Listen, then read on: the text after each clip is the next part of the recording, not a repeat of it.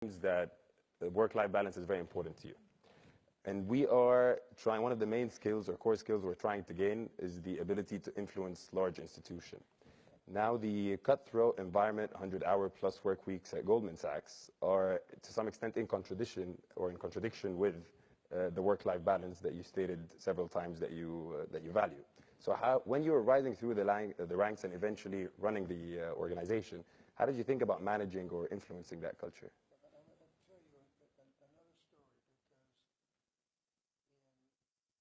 I think it was 1999, after we went public. I had a nephew who was graduating from Kellogg Business School, so I was the speaker there. And my speech was on work-life balance. And so I told the story, which was absolutely true, that I was in the Chicago office of Goldman Sachs, and I had a 3-year-old and a 1-year-old, and I was working hard, coming home late, and my wife, Wendy, said to me, "Hank, this is unacceptable. And, you know, you either are going to come home and take an active part in raising the kids, or you're going to come home some night and the kids are still going to be here and I'm going to be gone."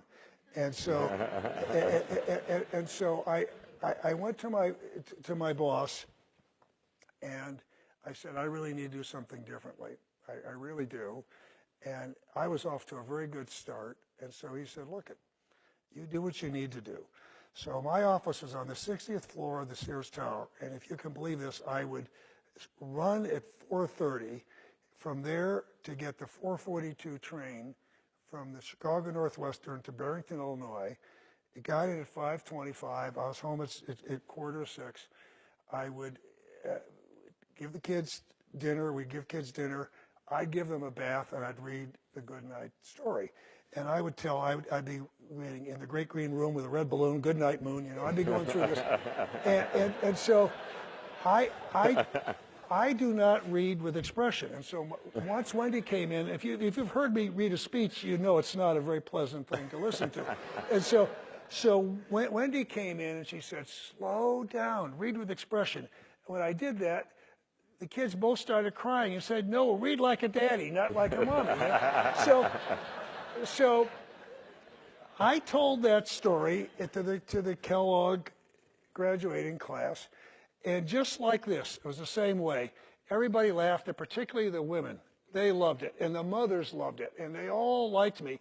And I walked out, and there was a partner of competitive partner at Solomon Brothers at the time named J. Ira Harris.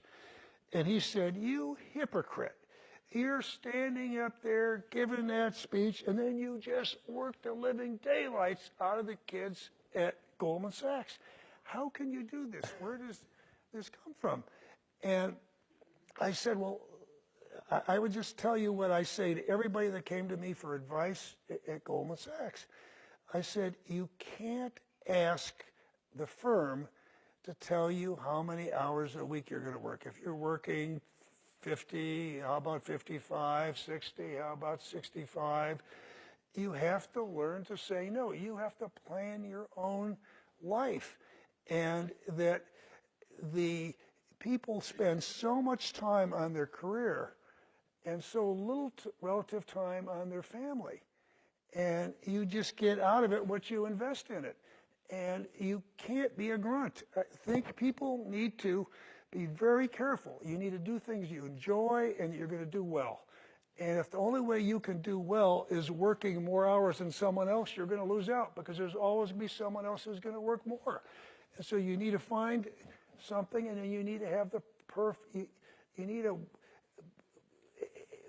need to work to have a life away from the job. And I can tell you this, I know everybody said this to you, but I can assure you this is the case. Probably the one thing I've done more than anyone else that's ever run a Wall Street firm is work with clients. Because I worked from all the way up in investment banking, and when I ran Goldman Sachs, I still advised CEOs. And I handled clients because I thought that was important. I worked with heads of state, I advised them, I advised the president of China, Germany, CEOs. I've worked with many, many of them that have been successful professionally. I've worked with many, many people that didn't get where they thought they were going to get and retired and came to me for advice.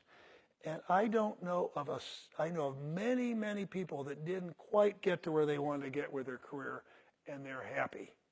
They're happy and they're well balanced. I don't know anyone that says, boy, I had a great career and I'm happy because I screwed up my life outside of my career, my family life. There's no one that feels that way. And I take it to the point where I encourage people to do things also in the not-for-profit area. When I ran Goldman Sachs, I chaired the Nature Conservancy. I chaired the Peregrine Fund.